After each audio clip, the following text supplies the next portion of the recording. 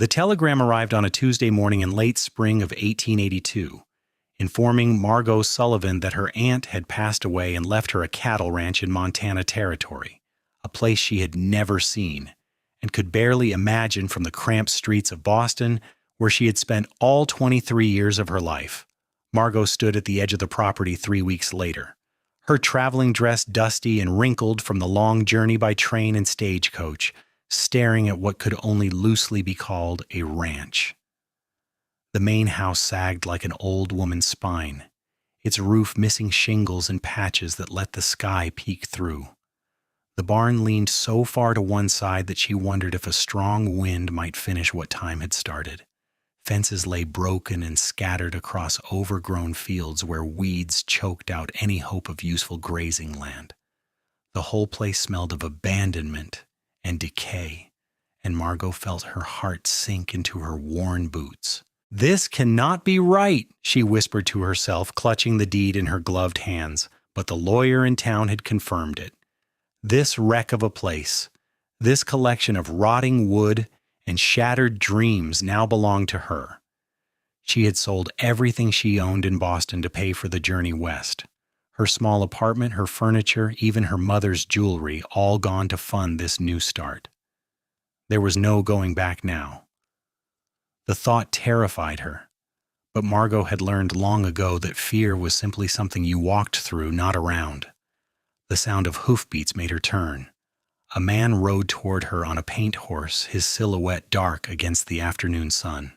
As he drew closer, she could make out a weathered face beneath a wide-brimmed hat, broad shoulders covered by a dusty work shirt, and eyes the color of storm clouds that seemed to assess everything they touched. He pulled his horse to a stop a respectful distance away and touched the brim of his hat. "Ma'am, name is Cole Brennan. I ranch the property to the east of here." "Margot Sullivan," she replied, straightening her spine despite her exhaustion. "It seems I am the new owner of this disaster." Something that might have been amusement flickered across his weathered face. He looked to be in his late 20s, with sun-darkened skin and the kind of lean strength that came from years of hard work. "Your aunt was a fine woman. I'm sorry for your loss." "I never met her," Margot admitted. "I did not even know she existed until the telegram came." Cole dismounted, and she noticed he moved with an easy grace despite the obvious wear on his body. A scar ran along his jaw, white against tanned skin. Eleanor kept to herself, but she was good people. This place was something special once, maybe 15 years back. After her husband died and her sons went off to seek their fortunes elsewhere, she did not have the strength to keep it up alone. Margot looked back at the crumbling buildings. "I can see that." "You planning to sell it?" The question hung in the air between them. Margot had been asking herself the same thing since she arrived. The sensible choice would be to sell, take whatever money she could get, and return to civilization. But something in her rebelled against that idea. She had spent her entire life being sensible, doing what was expected, following the narrow path laid out for a woman of modest means in Boston society. Where had that gotten her? Nowhere but alone and struggling. "No," she heard herself say. "I am going to fix it." Cole's eyebrows rose slightly. "That is a tall order for anyone, let alone someone who just arrived from back east." "I am aware," Margot said, lifting her chin, "but I did not come all this way to give up before I even start." He studied her for a long moment, and she felt the weight of his scrutiny. She knew what he saw: a city woman in impractical clothes, too thin from years of making meals stretch, with soft hands that had never done a day of real labor. She probably looked ridiculous to him, standing in front of this ruin and declaring her intention to rebuild it. "You will need help," Cole said finally. "This kind of work is not something you can do alone." "I will hire workers," Margot replied, though she had no idea where she would find the money to pay them. "Workers cost money. You got money?" His bluntness startled her, but she appreciated it more than false politeness. "Not much," she admitted, "but I will figure something out." Cole was quiet for another moment, then he sighed, a sound that seemed to come from deep in his chest. "I will help you," Margot blinked. "I beg your pardon?" "I said I will help you get the place functional again. Your aunt was good to me when I first came here, helped me when I needed it. Figure I owe her that much." "I could not possibly accept charity," Margot protested, though her heart leaped at the offer. "It is not charity. You will work just as hard as I do, probably harder since you have got catching up to do. And once the place is running again, you can pay me back however you see fit. Deal?" He extended his hand, calloused and strong. Margot hesitated only a second before taking it. His grip was firm but careful, as though he was conscious of his own strength. "Deal," she agreed. That was how it began, with a handshake and a promise under the wide Montana sky. Cole showed up the next morning just after dawn, leading a pack horse loaded with tools. Margot had spent the night in the least damaged room of the house, wrapped in blankets she had brought from Boston, listening to the wind whistle through the gaps in the walls and wondering what she had gotten herself into. "First thing we need to do is make the house livable," Cole announced, already unloading lumber from the pack horse. "Cannot work efficiently if you're not sleeping properly and have no decent shelter." They started with the roof. Cole taught her how to remove the damaged shingles and lay new ones, how to find the angle that would shed rain and snow. Her hands blistered within the first hour, but she gritted her teeth and kept working. She could feel Cole watching her from the corner of his eye, waiting to see if she would quit. She refused to give him the satisfaction. By noon, her arms ached so badly she could barely lift them. Cole called a break and produced sandwiches wrapped in cloth, along with a canteen of cool water. They sat in the shade of the barn, not talking much, just eating and recovering. "You are doing better than I expected," Cole said after a while. "What did you expect?" "Honestly, thought you would last maybe an hour before heading back to town to arrange a sale." Margot smiled despite her exhaustion. "I am more stubborn than I look." "I am starting to see that." They worked until the sun began to set. Then Cole packed up his tools. "I will be back tomorrow morning. You should rest. Tomorrow we will start on the barn." "Thank you," Margot said, and meant it. "I do not know why you are doing this, but I am grateful." Cole paused in the act of mounting his horse. "Your aunt took me in when I had nowhere else to go. I was just a kid, maybe 17, running from some trouble down in Wyoming. She gave me work, taught me about ranching, never asked questions. When I had enough saved to buy my own land, she helped me find the property next to hers. Said she liked having good neighbors." He settled into his saddle. "So I figure helping you is the least I can do to honor her memory." He rode off before Margot could respond, leaving her standing in the gathering dusk with a warmth in her chest that had nothing to do with the day's labor. The days fell into a rhythm. Cole would arrive at dawn, and they would work until dark with only brief breaks for meals. Slowly, painfully, the ranch began to transform. They patched the roof, reinforced the barn, replaced rotted floorboards in the house. Cole brought over some of his cattle to graze on her land, explaining that it would help keep the grass down and give the property the look of an operating ranch. Margot learned quickly, driven by necessity and pride. She learned to swing a hammer without hitting her thumb, to saw a straight line, to judge when a fence post was deep enough in the ground. Her hands developed calluses, and her arms grew stronger. She stopped wearing her fine dresses and instead borrowed men's work clothes from the general store in town, practical and durable. She also learned about Cole through observation and the occasional story he shared. He had grown up in Wyoming, the son of a ranch hand who drank himself to death. At 16, he had gotten into a fight defending a young woman from unwanted advances and had nearly killed the man in the process. Fearing jail or worse, he had run, eventually finding his way to Eleanor's ranch. He spoke of Margot's aunt with genuine affection, and Margot found herself wishing she had known this woman who had shaped so much of both their lives. One evening, about 6 weeks after Margot's arrival, they sat on the porch steps watching the sunset paint the sky in shades of orange and purple. The house now had a solid roof and walls that did not leak. The barn stood straight and strong. Fences crisscrossed the property in neat lines. It still needed work, but it no longer looked like a collection of ruins. "You've got a good eye for this," Cole said, breaking the comfortable silence. "The way you arranged the corral, the new gate design, that was smart thinking." Margot felt warmth spread through her chest at the praise. "I had a good teacher. I just showed you the basics. You took it further on your own." They sat quietly for a moment. Then Margot asked the question that had been nagging at her for weeks. "Why have you never married, Cole? Built a family of your own?" He was quiet for so long she thought he might not answer. Then he said, "Came close once. Girl I knew back in Wyoming before everything went wrong, but after I left, after I became someone running from his past, did not seem right to drag anyone into that. And then I got settled here, focused on building my ranch, and just never met anyone who made me think about changing my ways." "Do you regret it?" "Sometimes," he admitted. "Gets lonely living alone, but I got used to it." "What about you? Pretty woman like you must have left someone behind in Boston."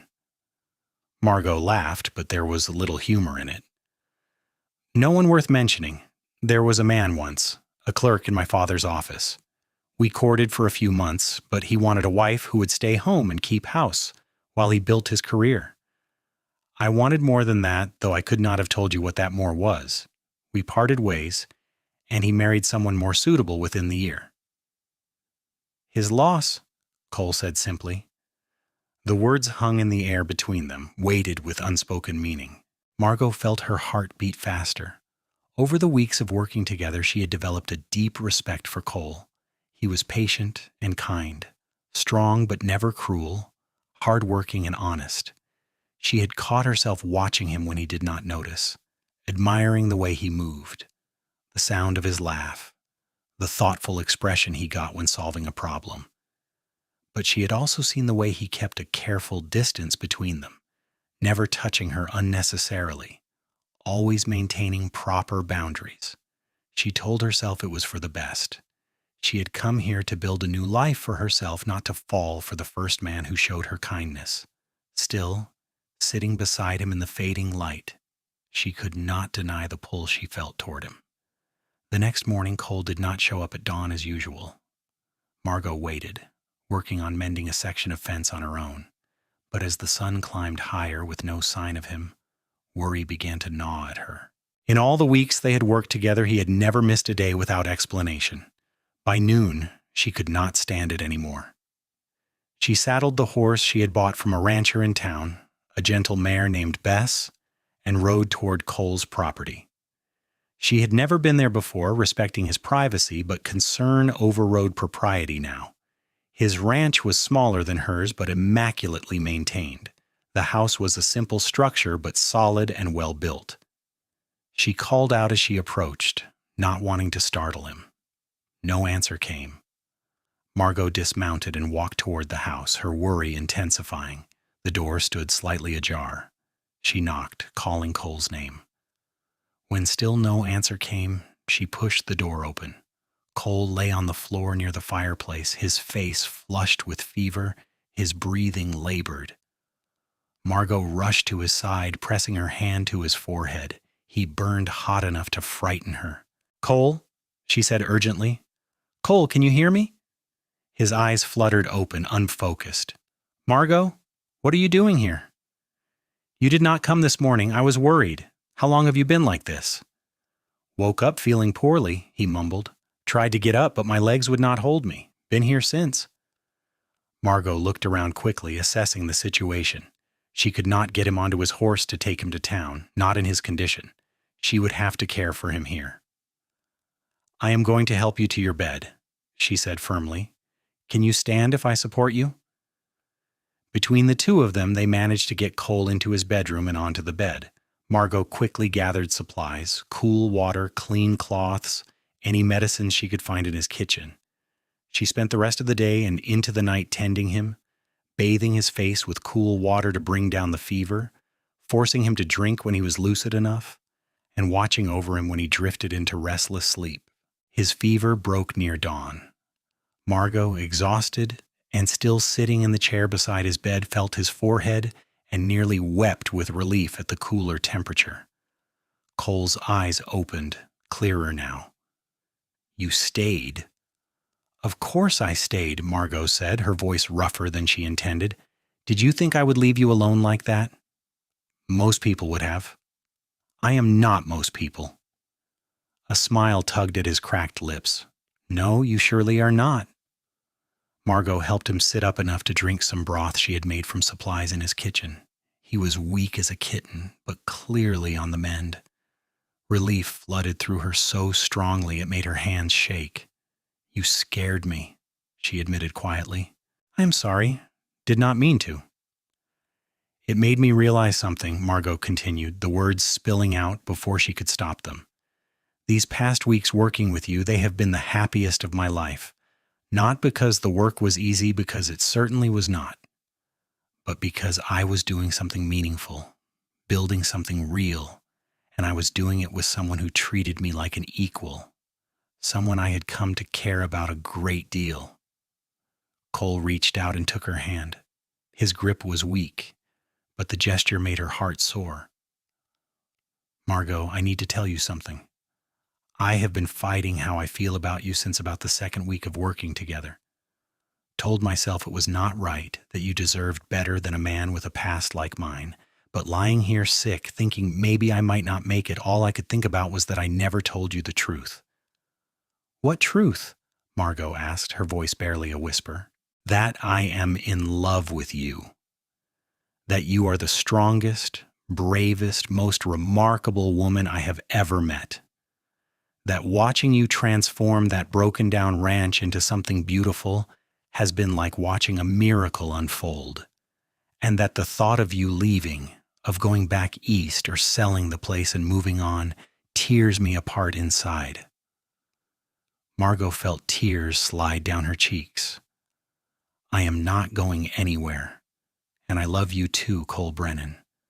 I think I have loved you since you first offered to help me, seeing past what I looked like to who I could become." Cole pulled her hand to his lips and kissed her knuckles gently. "Then I guess we had better figure out what we are going to do about that." "First, you're going to get well," Margot said firmly, though she was smiling through her tears. "Then we can discuss the rest."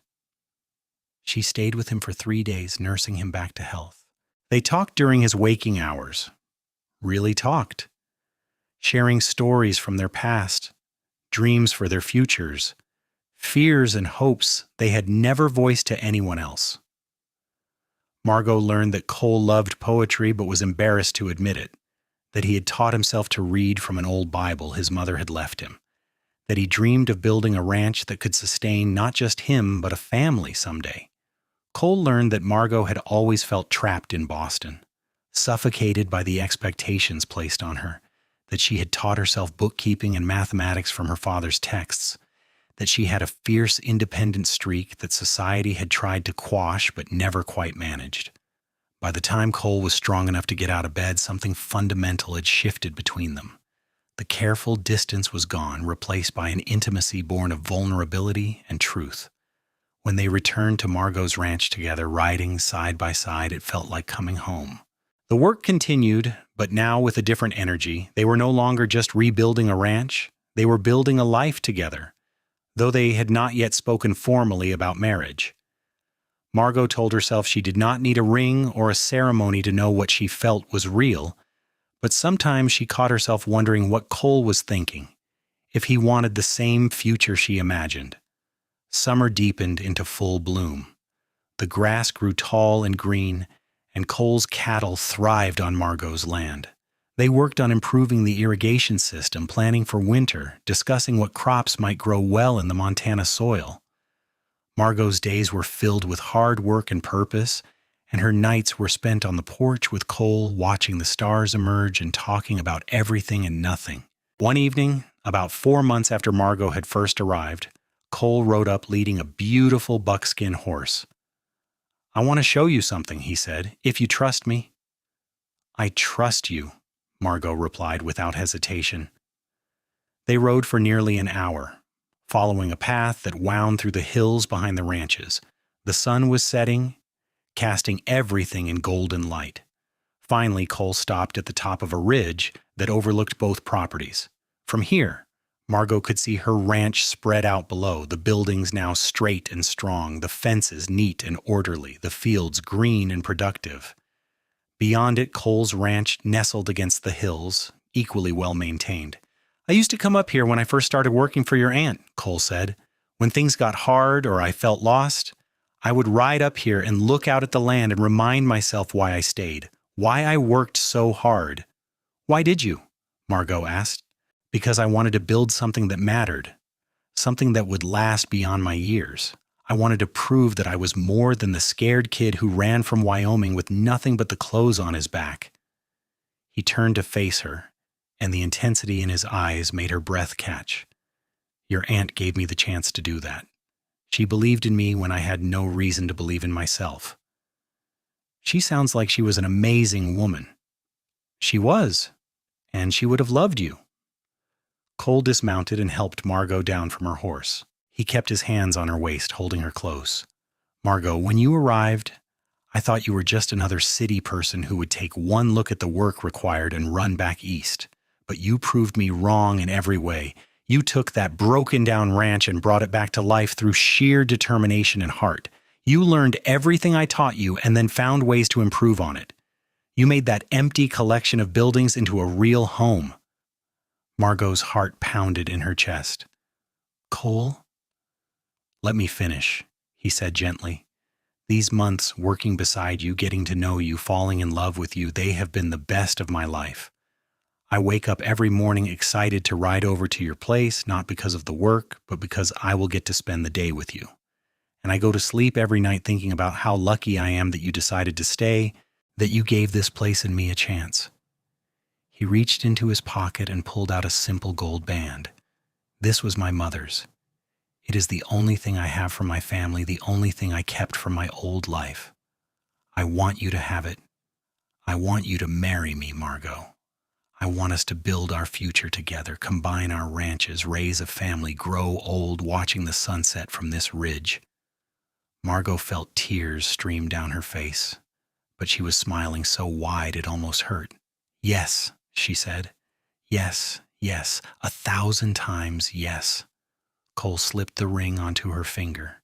It fit perfectly, as though it had been made for her. Then he pulled her close and kissed her, deep and tender and full of promise. Margot melted into him, wrapping her arms around his neck, pouring all her love and joy into that kiss. When they finally pulled apart, both breathless, Cole rested his forehead against hers. "I love you, Margot Sullivan. I will spend the rest of my life making sure you never regret choosing this life with me." "I could never regret it," Margot whispered. "You turned my empty life into something worth living.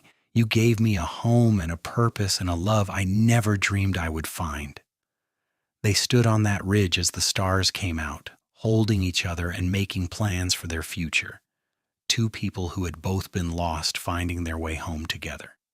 They married 3 weeks later in the small church in town. The ceremony was simple, attended by the few neighbors they had gotten to know and the townspeople who had watched Margot transform from a lost city woman into a confident rancher. Margot wore a simple white dress she had sewn herself, and Cole wore his best suit, which he admitted he had not worn since his aunt's funeral. The preacher pronounced them husband and wife, and when Cole kissed her, Margot felt like her heart might burst from happiness. This was nothing like the life she had imagined for herself in Boston, but it was so much better than anything she could have dreamed. They held a small celebration at the ranch afterward. Neighbors brought food and music, and they danced in the barn that Margot and Cole had repaired together. As Margot waltzed in her husband's arms, looking around at the home they had built, she felt a profound sense of gratitude and belonging. "What are you thinking?" Cole asked, spinning her gently. "That I am the luckiest woman in Montana," Margot replied. "Maybe in all of America." "I am the lucky one," Cole countered. "I got to marry the woman who transformed my entire world." That night, after the guests had left, and they were alone in the house that was now truly theirs, Cole carried Margot across the threshold. She laughed, delighted by the traditional gesture, and he set her down gently in the bedroom they had prepared together. "Welcome home, Mrs. Brennan," he said softly. "I have been home since the day I met you," Margot replied. "I just did not know it yet." They spent their wedding night exploring the new dimensions of their relationship, learning each other in ways they had not allowed themselves before.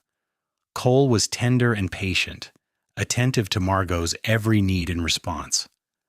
Margot discovered a passion in herself she had not known existed, a fierce joy in the physical expression of their love. Afterward, wrapped in each other's arms, they talked late into the night about their plans. They would combine the two ranches officially, creating one large operation. Cole's expertise in cattle ranching combined with Margot's head for numbers and organization would make them a formidable team. They would hire hands to help with the work now that the ranch was functional again, good men who needed honest work. They would build a life that honored the legacy of Eleanor while creating something uniquely their own.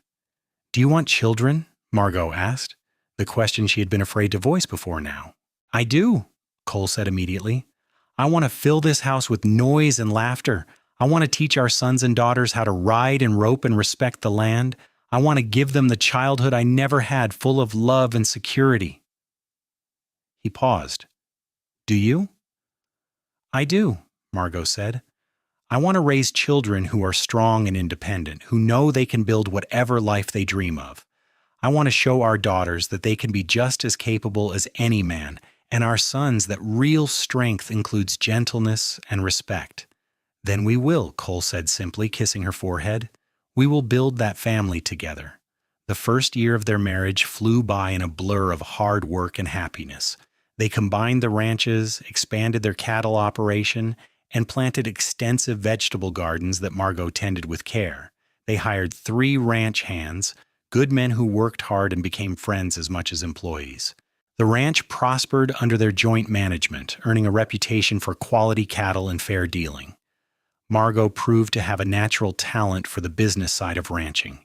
She kept meticulous records, negotiated shrewd deals with buyers, and managed their finances with skill that impressed even the banker in town. Cole handled the day-to-day operations, working alongside the hired men, training horses, and managing the herd. Together, they were a perfect partnership, each complementing the other's strengths.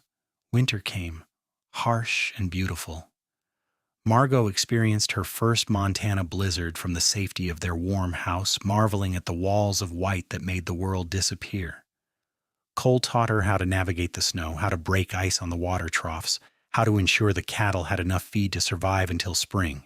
It was brutal work, but they faced it together, often collapsing into bed at the end of the day, too exhausted for anything but sleep. Spring returned, bringing with it new life. The calves were born, and Margot helped with the birthing, no longer squeamish about the messy reality of ranching. She had come a long way from the city woman who had arrived with soft hands and impractical clothes. Now she could rope a calf, mend a fence, and ride as well as any of the hired men. It was in late spring that Margot realized she had missed her monthly courses. She waited another month to be certain, then rode into town to see the doctor. When he confirmed her suspicions, she felt a joy so intense it brought tears to her eyes. She planned how to tell Cole carefully. That evening she prepared his favorite meal and set the table with extra care. When he came in from the day's work, dirty and tired, he looked surprised at the effort she had made. "What is the occasion?" he asked, washing up. "Sit down and I will tell you," Margot said, unable to keep the smile from her face. Cole sat, looking curious and slightly concerned. "You are worrying me. What is going on?"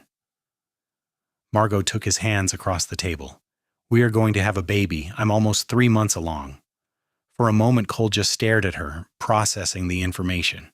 Then his face broke into the biggest smile she had ever seen. He jumped up, pulling her into his arms and lifting her off her feet. "A baby! We are having a baby?" "Yes," Margot laughed, holding on to him. "We are going to be parents." Cole set her down carefully, suddenly treating her like she might break. "Are you well?" Is everything all right? Should you be working so hard? The doctor says I'm healthy and everything is progressing normally. I can continue my usual activities until I get too big to move comfortably. She touched his face gently. We are going to have a baby, Cole.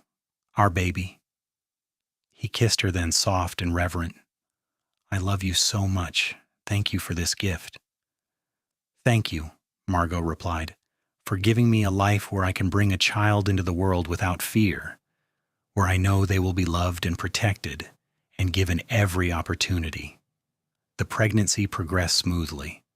Margot continued working on the ranch, though Cole and the hired hands became increasingly protective as she grew larger. She handled the books, managed the household, and supervised the vegetable garden, leaving the heavier work to the men. Cole was attentive to the point of being comical, constantly asking if she needed anything, if she was comfortable, if she should be resting. I am pregnant, not dying, Margot told him more than once, amused by his concern. I know, but I cannot help worrying. You and this baby are my whole world. Fall arrived, painting the landscape in golds and reds. Margot's belly swelled round and full. She felt the baby move inside her, strong kicks that made her laugh, and place Cole's hand over the spot so he could feel too. His face would light up with wonder every time, and Margot fell in love with him all over again, seeing his joy. The baby came in early November on a cold, clear night when the stars seemed close enough to touch. Margot's labor was long and hard, but the midwife from town guided her through it with expert care. Cole stayed by her side the entire time, holding her hand, wiping her forehead, murmuring encouragement. When the baby finally emerged, crying lustily, the midwife announced, "It is a boy! A strong, healthy boy!" Cole cut the cord with shaking hands, and the midwife placed the baby on Margot's chest. Margot looked down at her son, this tiny, perfect being she and Cole had created, and felt love unlike anything she had ever experienced. He is beautiful, Cole said, his voice thick with emotion. He is perfect. What should we name him? Margot asked, stroking the baby's dark hair. I was thinking Thomas, Cole said, after my grandfather, the only decent man in my family, but only if you like it. Thomas Brennan, Margot said, trying it out. I love it. Hello, Thomas. Welcome to the world, little one. Thomas was a good baby, healthy and curious. He had Cole's gray eyes and Margot's dark hair. Margot took to motherhood with the same determination she had brought to ranching, though she quickly learned that babies were far less predictable than cattle. Cole was a devoted father, often taking Thomas in his arms to walk the floor when he was fussy, singing old cowboy songs in his rough voice until the baby settled. Winter came again, and the ranch settled into its slower rhythm. They spent long evenings by the fire, Thomas sleeping in a cradle Cole had built with his own hands, talking about the future and watching their son grow. Margot had never imagined she could be this happy, this content with her life. When spring arrived and Thomas was 6 months old, Margot returned to more active participation in the ranch work. She strapped Thomas to her back in a carrier and went about her tasks, the baby cooing happily as she moved.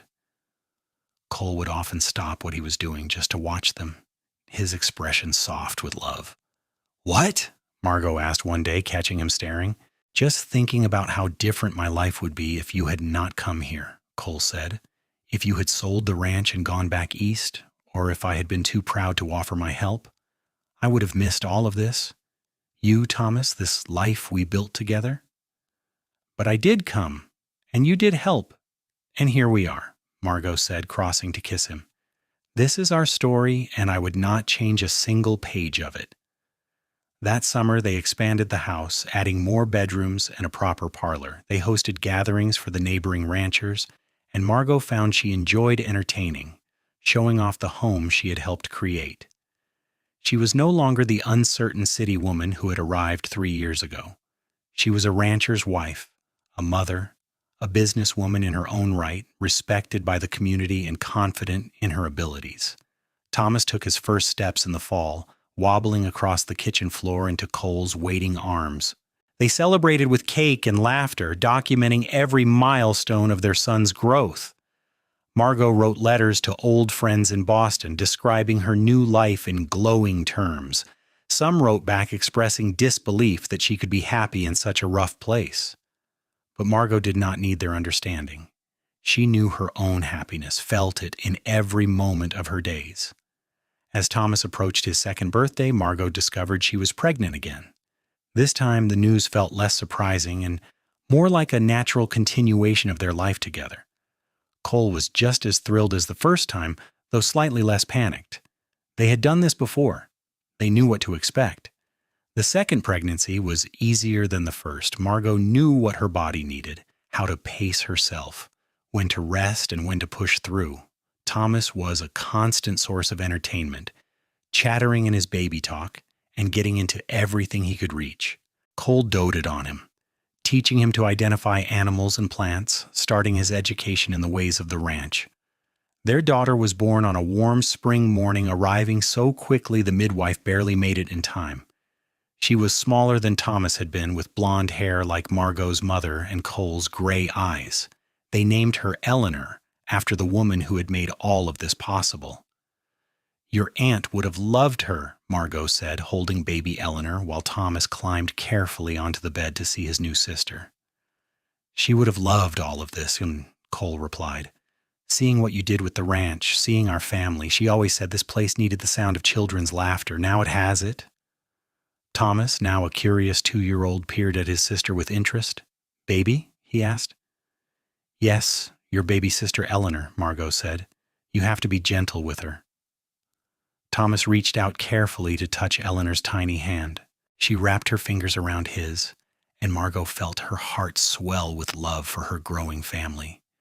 The years flowed by, marked by seasons and harvests, by children's birthdays and quiet moments stolen between tasks. Thomas grew tall and strong, following Cole everywhere, learning to ride and rope with the determination that seemed to run in the family. Eleanor was more reserved but equally strong-willed, preferring books and numbers to cattle, showing early signs of inheriting Margot's head for business. When Thomas was 6 and Eleanor 4, Margot gave birth to twins, 2 boys they named James and William. The house rang with noise and activity, and though Margot sometimes fell into bed exhausted, she could not imagine her life any other way. Cole thrived as a father, patient and loving with all 4 children, teaching them the skills they would need while also encouraging their individual interests. The ranch prospered year after year. They became one of the most successful operations in the territory, known for their quality cattle and honest dealings. Margot handled most of the business side now, negotiating contracts and managing finances with skill that impressed everyone who worked with her. Cole managed the daily operations, working alongside their hired hands who had become like extended family. One evening, when the children were all in bed and Margot and Cole sat on the porch watching the sunset, Cole took her hand. "I have been thinking about something," he said. "What is that?" Margot asked. "Do you remember the day you arrived? How you stood looking at this broken-down place? And I thought there was no way a city woman could make a go of it?" "I remember. You were very skeptical." "I was wrong," Cole said simply. "You did not just make a go of it. You transformed this place. You took something dead and brought it back to life. You created a home, a real home, not just for you, but for me and our children. You gave me a family I never dreamed I could have." Margot squeezed his hand. "We did it together." "No," Cole said firmly. "You led the way. Your strength, your determination, your refusal to give up when everything seemed impossible. That is what made all of this possible. I just helped with the heavy lifting." "You did more than that," Margot protested. "You believed in me when I did not believe in myself. You taught me everything I needed to know. You loved me when I was too stubborn to admit I needed love." Cole turned to face her fully, and in the fading light, she could see the emotion in his eyes. "Margot, I need you to know something. You turned this empty ranch into something worth coming home to. Please stay here. Stay with me with our children in this life we built. I know you gave up a lot to come here, and sometimes I worry you regret it. But I am asking you, begging you really to stay, to keep building this life with me for whatever years we have left." Margot felt tears slide down her cheeks. "Cole Brennan, I have never regretted coming here, not for a single moment. This ranch, this life, you and our children, this is everything I ever wanted even when I did not know I wanted it. I am not going anywhere. This is my home. You are my home, and I will stay here with you until my last breath." Cole pulled her into his arms, holding her tight. "I love you so much, more than I have words to say." "I love you too," Margot whispered against his chest. "Thank you for giving me this life. Thank you for being exactly who you are." They sat holding each other as the sun disappeared below the horizon and the stars emerged.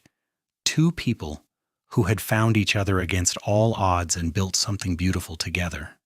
The years continued to pass, bringing both challenges and triumphs.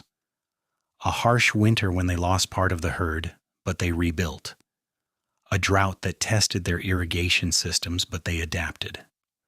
Thomas grew into a fine young man, taking on more responsibility on the ranch and showing signs of being an even better rancher than his father. Eleanor discovered she had her mother's gift for business and her father's way with horses, a unique combination that served her well. James and William were inseparable, getting into mischief together but also working together with an efficiency that made up for their smaller size. The house was always full of noise and activity, and Margot would not have traded it for anything. When Thomas turned 18, a young woman from a neighboring ranch caught his eye. Her name was Sarah, and she was the daughter of one of the ranchers Margot and Cole had befriended over the years. She was smart and capable, and Margot approved of the match from the start. Thomas courted her properly, and they married the following year in the same church where Margot and Cole had wed. Margot watched her son say his vows and remembered her own wedding day, how young and hopeful she had been, not knowing what the future would bring, but willing to face it anyway. Now here was Thomas, starting his own journey, and she felt pride mixed with the bittersweet knowledge that her children were growing up and building their own lives. But Thomas and Sarah did not go far. They built a house on the ranch property, close enough to help with the work, but far enough for privacy. Within a year, Margot became a grandmother to a beautiful baby girl named Abigail. Holding her granddaughter for the first time, Margot marveled at the continuity of life, at how the family she and Cole had started was now expanding into the next generation. Eleanor, always independent, announced at 19 that she wanted to go to college back east to study business. Margot and Cole had mixed feelings about this. They wanted to support their daughter's dreams, but the thought of her so far away was difficult. In the end, they gave their blessing, and Eleanor left for Boston with their love and financial support. She returned 2 years later with a degree and a young man named Patrick, a banker's son who had fallen for her fierce intelligence and Western spirit. Patrick adapted to ranch life with surprising ease, and he and Eleanor took over much of the business side of the operation, allowing Margot to step back slightly and enjoy her grandchildren. James and William, now teenagers, showed no signs of wanting to leave. They loved the ranch life and worked hard to prove themselves capable of taking on more responsibility. Cole began training them in the more advanced aspects of cattle ranching, passing on knowledge he had accumulated over decades. One evening, nearly 25 years after Margot had first arrived at the broken-down ranch, she and Cole took their familiar ride up to the ridge overlooking their property. Their hair had threads of silver now, and their bodies bore the marks of years of hard work, but they still sat their horses with ease and still held hands as they looked out over their land. The ranch spread below them, prosperous and thriving. They could see Thomas and Sarah's house, smoke rising from the chimney. The main house where Eleanor and Patrick lived with their children. The bunkhouse where the hired hands stayed. The barns and corrals and fenced pastures, all neat and well-maintained. Cattle grazed peacefully, and in the distance, they could see James and William riding the fence line. "Do you remember the first time we came up here, Cole asked. "When I proposed?" I remember everything about that day, Margot said. How nervous you were, though you tried to hide it. How the ring fit perfectly. How I felt like I might float away from happiness. I was terrified you would say no, Cole admitted. I had no idea why you would want to marry a man like me. I said yes because I loved you, Margot said simply, and because I saw the man you truly were, not the man you feared you might be. I saw your kindness and your strength and your capacity for love, and I wanted to spend my life with that man. You made me better than I ever could have been alone, Cole said. You and this family, this life we built, it healed parts of me I did not even know were broken. When I look at our children and grandchildren, when I see what we created together, I feel like the luckiest man who ever lived. Margot leaned over to kiss him, tender and sweet. We were both lucky. We found each other when we both needed finding. And we built something that will outlast us, that will continue through our children and their children. They sat in comfortable silence for a while, just being together in the place they had made their own. The sun began to set, painting the sky in brilliant colors, and Margot thought about the journey that had brought her here, the telegram that had changed her life, the decision to stay instead of sell. The moment she met Cole and saw in him a kindred spirit, every choice, every challenge, every triumph had led to this moment, this life, this overwhelming sense of peace and belonging. I would do it all again, she said suddenly. Every difficult moment, every struggle, every sacrifice, I would do it all again without hesitation because it led me here, to you, to this life. So would I, Cole agreed. You turned this empty ranch into something worth coming home to, Margot. But more than that, you turned my empty life into something worth living. You gave me purpose and joy and a family I never thought I deserved. And you did stay just like I asked you that day. You stayed through everything, and you made this place a home. Because home is not just a place, Margot said. Home is the people you love and who love you back. Home is the life you build with your own hands and heart. Home is knowing that no matter what challenges come, you will face them together. This ranch, this family, you, Cole, this is home, and I would not trade it for anything in the world. As the stars began to emerge in the darkening sky, they rode back down to the ranch, to the house filled with love and laughter, to the life they had built together over 25 years of partnership and devotion. Their children and grandchildren would be waiting for dinner, and tomorrow would bring new work and new challenges. But none of that mattered as much as this moment, this perfect sense of contentment and belonging.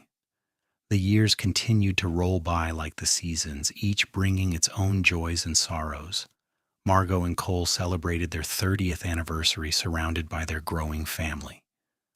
Thomas and Sarah had 3 children now, all showing interest in ranching. Eleanor and Patrick had 4, split between those who loved the land and those who inherited their mother's business acumen. James married a school teacher from town and settled on a portion of the ranch that Cole deeded to him. William, the quiet twin, surprised everyone by becoming a veterinarian, studying with the local animal doctor and bringing modern techniques to their cattle operation. The ranch continued to evolve with each generation, incorporating new methods while maintaining the core values Margot and Cole had established. They added new buildings, expanded their operations, and became known throughout Montana Territory as one of the premier cattle ranches. But more than their business success, they were known for their integrity, their fair treatment of workers, and their commitment to community. Margot, now in her early 50s, began to slow down slightly. Her joints ached in cold weather, and she could not work the long hours she once had, but her mind remained sharp, and she still managed the books and gave advice to Eleanor and Patrick on business matters. She also started writing down the story of the ranch, wanting to preserve for future generations how it all began, how she had arrived as a lost city woman and transformed not just the land but herself. Cole, a few years older, also felt the weight of years. He turned over more of the daily operations to Thomas and James, content to serve as an advisor rather than the primary manager. But he still rode out most mornings to check the herd, unable to completely let go of the work that had defined so much of his life. They took to spending more time together, just the two of them, riding up to their favorite ridge or sitting on the porch in the evenings. They talked about everything and nothing, comfortable in the silence that came from decades of knowing each other. Sometimes they spoke about the future, wondering if they would live to see great-grandchildren. Other times they reminisced about the past, laughing over memories of the children's antics or the early days when they barely knew what they were doing. One spring evening, as they sat watching yet another sunset, Cole said, "Do you have any regrets? Anything you wish you had done differently?" Margot thought about it seriously. "I wish I had known my Aunt Eleanor. I wish I could have thanked her for the gift she gave me, for the life she made possible. But regrets? No. Every choice I made led me here, and I cannot regret anything that resulted in this life, this family, this love." "I have one regret," Cole admitted. "I wish I had told you I loved you sooner. I wasted weeks trying to maintain distance when I could have been courting you properly from the start." Margot laughed. "You courted me by teaching me to fix a roof and mend fences. It was the most romantic thing anyone ever did for me because it treated me like an equal, like someone capable of learning and growing. Any other man would have done the work for me and expected my gratitude. You worked beside me and earned my respect, which became love." "When did you know?" Cole asked. "When did you know you loved me?" "The day you got sick and I found you on the floor," Margot said without hesitation. "The fear I felt, the absolute terror that I might lose you, made me realize how deeply I already cared. And then when you told me you loved me, when you were so vulnerable and honest, I knew I would never love anyone else the way I loved you." "I knew earlier," Cole confessed.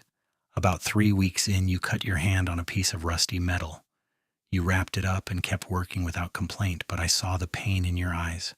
I wanted to hold you and take the hurt away. And that is when I realized I was falling for you. It scared the hell out of me." "Why scared?" "Because I had convinced myself I did not deserve that kind of happiness, that my past made me unworthy of love. And then you came along and challenged every belief I had about myself. You saw me, really saw me, and loved me anyway. It was terrifying and wonderful all at once." Margot reached for his hand, their fingers intertwining as naturally as breathing. "You deserved all the happiness we found, Cole. You are a good man. You always were.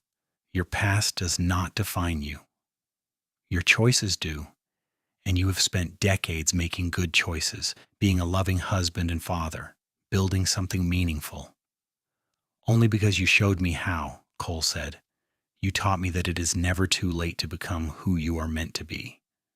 They sat in companionable silence as the sky darkened and the stars emerged.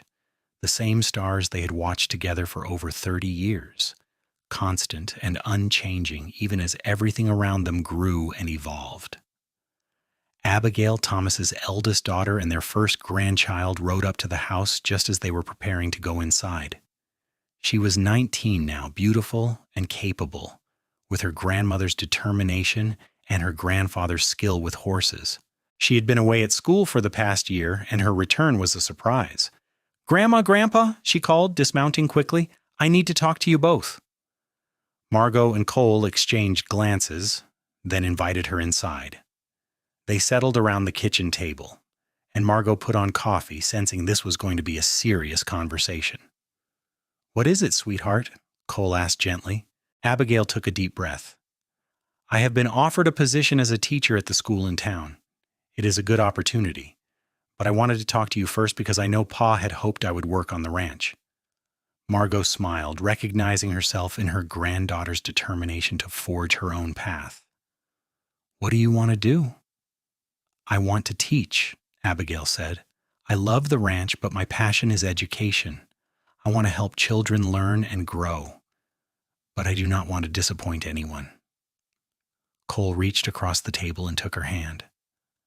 Your grandmother came here over 30 years ago with nothing but courage and a willingness to try. She did not know anything about ranching, but she learned because she had to. The lesson is not that everyone should be a rancher. The lesson is that you should follow your passion and work hard at whatever you choose to do.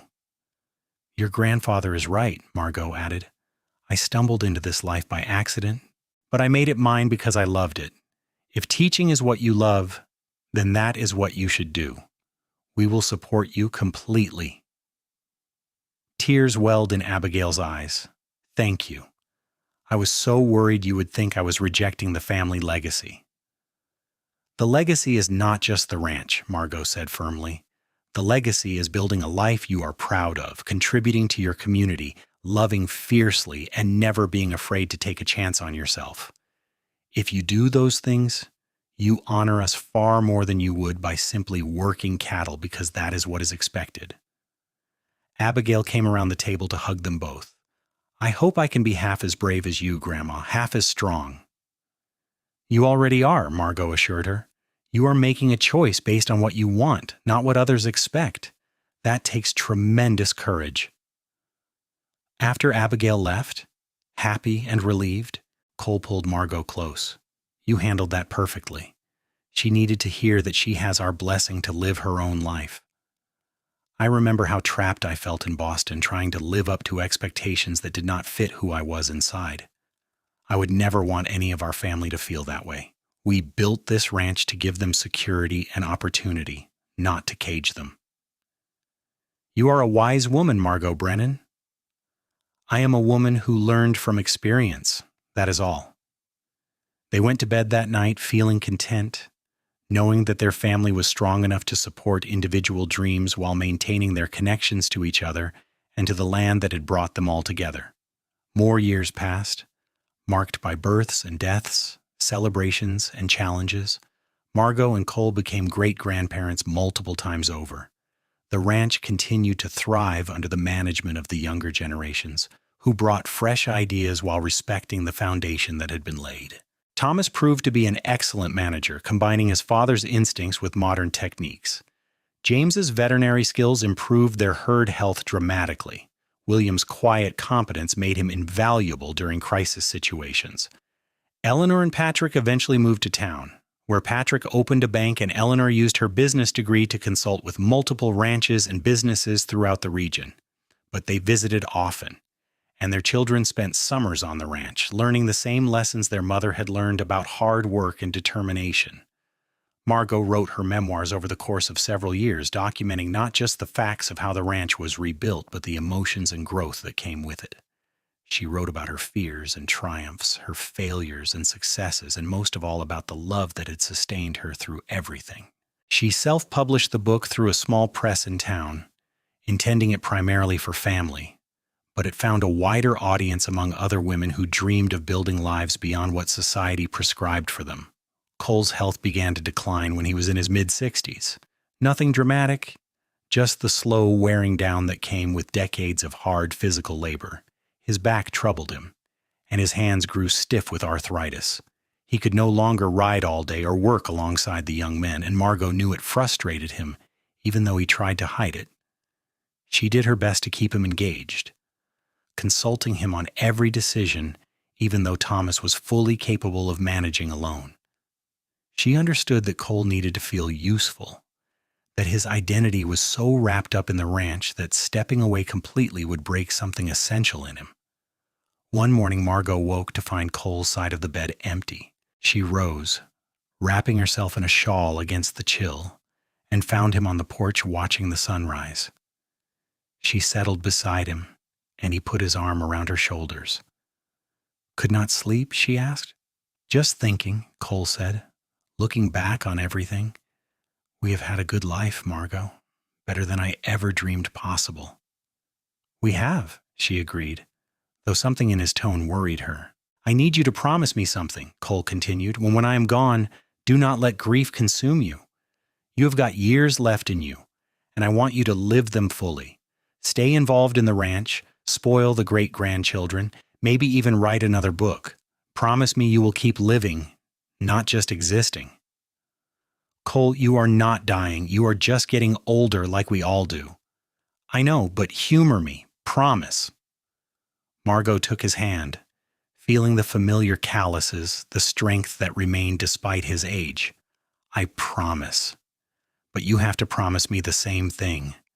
No giving up just because your body does not work like it used to. You have got a lot of life left to live too. Deal, Cole said, and they shook on it, just like they had that first day when he offered to help her rebuild the ranch. They sat together watching the sun rise over the land they had transformed, over the legacy they had built, over the home they had created out of ruins and determination. And in that moment, surrounded by the evidence of their life's work, with the man she loved beside her and decades of memories behind her, Margot felt complete. Several more years passed, and they celebrated their 40th anniversary with a massive party attended by what seemed like half of Montana. Family came from all over, and friends they had made over 4 decades of ranching. There was music and dancing, food and laughter, and stories that grew more embellished with each telling. Cole gave a speech that made Margot cry, talking about the day a determined city woman had shown up with nothing but a deed to a broken ranch and more courage than anyone he had ever met. He talked about how she had transformed not just the land but everyone who knew her, how she had built a legacy not of wealth but of love and hard work and family. Margot responded by saying that she had arrived lost and searching, and Cole had helped her find not just a home but herself. That together they had built something that would outlast them both, something that would continue through their children and grandchildren and beyond. You asked me once to stay, Margot said to Cole in front of all their assembled family and friends. You said I had turned an empty ranch into something worth coming home to. But what you never understood is that you did the same for me. You turned my empty life into something worth living. And I thank God every day that I was brave enough to stay, to take a chance on this wild, beautiful place and on the man who saw potential in me when I barely saw it in myself. There was not a dry eye in the house when she finished. Thomas stood and raised his glass. To Ma and Pa, who showed us all what love and hard work can build, may their legacy continue for generations. To Ma and Pa, everyone echoed, and the party continued late into the night. Cole lived to be 72 years old. He passed away peacefully in his sleep on a cold winter night, with Margot beside him and their children nearby. His last words to her were, "Thank you for staying. Thank you for loving me. Thank you for this beautiful life." Margot held his hand as he slipped away, her heart breaking even as she felt grateful for every moment they had shared. They had been married for 45 years, and she had loved him more with each passing day. The funeral was enormous, attended by people from all over the territory. Cole had touched countless lives through his kindness, his integrity, and his willingness to help anyone who needed it. Story after story emerged of people he had assisted, advice he had given, loans he had made, and never called in. Margot realized she had married a truly good man, one who had overcome his troubled past to become someone worthy of admiration and respect. True to her promise, Margot did not let grief consume her, though the pain of loss was sharp and constant. She stayed active in the ranch, consulted with Thomas and the others, and spent time with her grandchildren and great-grandchildren. She told them stories about their grandfather, wanting them to know the man he had been, the journey he had made, the love he had given so freely once he learned how. She also finished writing Cole's biography, documenting his life from troubled youth to respected rancher, from scared runaway to loving husband and father. She wrote honestly about his past, about the fight that had sent him fleeing Wyoming, about his fears and insecurities, but she also wrote about his transformation, about how love and purpose and hard work had shaped him into someone remarkable. Margot lived another 15 years after Cole's death, remaining sharp and engaged until nearly the end. She saw her great-great-grandchildren born, marveling at the expanding family tree that had started with just her and Cole. She watched as the ranch continued to evolve, incorporating new technologies while maintaining its core identity. She took pride in seeing her descendants live lives of purpose and integrity, carrying on the legacy she and Cole had established. On a warm summer evening just shy of her 88th birthday, Margot asked to be taken up to the ridge where Cole had proposed all those years ago. Thomas and Sarah helped her onto a horse, supporting her as they rode slowly up the familiar path. The ranch spread below, more extensive and prosperous than ever, but still recognizable as the place she had worked so hard to rebuild. "Tell me what you see, Grandma," Thomas said gently.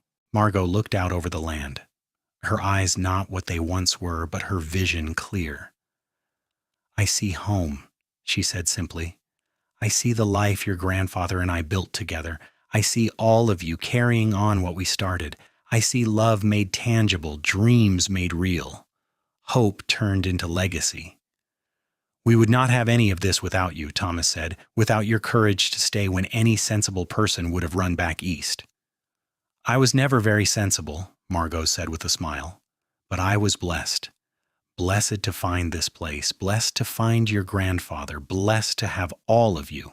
This is what heaven must be like, looking at the life you built and knowing it was worth every struggle, every sacrifice, every moment of doubt." They sat together as the sun set, 3 generations connected by blood and love in the land beneath them. Margot felt peaceful, complete, ready for whatever came next. She had lived fully, loved deeply, and left a legacy that would continue long after she was gone. She passed away in her sleep that night, peacefully and without pain, joining Cole wherever souls go when their earthly work is finished. Her funeral rivaled Cole's in attendance. People came from all over Montana and beyond, drawn by the story of the woman who had transformed a broken ranch into one of the most successful operations in the territory, who had raised a family committed to integrity and community, who had shown that courage and determination could overcome any obstacle. Thomas gave the eulogy, his voice breaking as he talked about his mother's strength and love. Eleanor spoke about how her mother had encouraged her to pursue education when most women were discouraged from such ambitions. James and William shared stories of her patience and wisdom. The grandchildren and great-grandchildren added their memories, painting a picture of a woman who had lived extraordinarily while remaining grounded in family and love. They buried her beside Cole on a hill overlooking the ranch, with a simple stone that read Margot Brennan, 1859 to 1947. She stayed, and in staying, built a legacy of love. The ranch continued for generations after, run by Thomas's descendants and managed with the same values Margot and Cole had established. The house they had rebuilt remained the heart of the operation, preserved and maintained as a reminder of where it all began.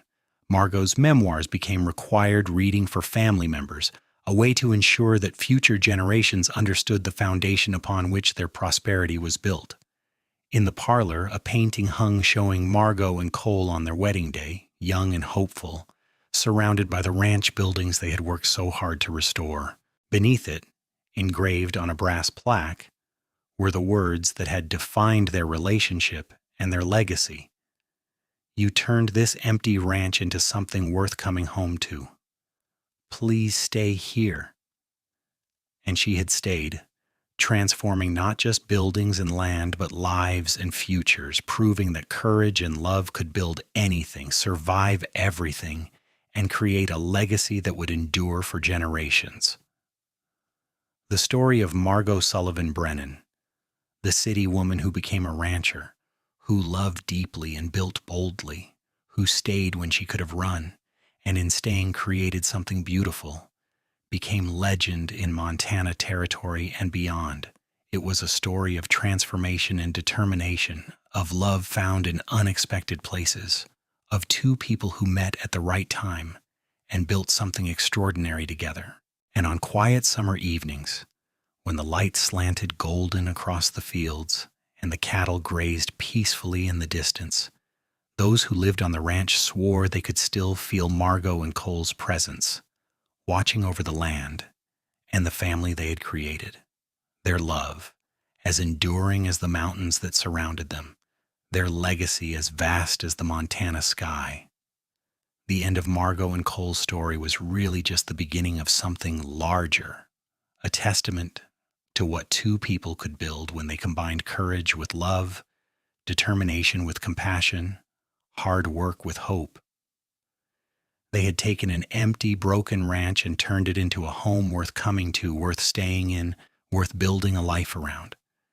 And in doing so, they had shown everyone who came after them that the truest legacy is not measured in land or cattle or buildings, but in love shared, lives touched, and the courage to stay when staying is hardest, because that is when staying matters most.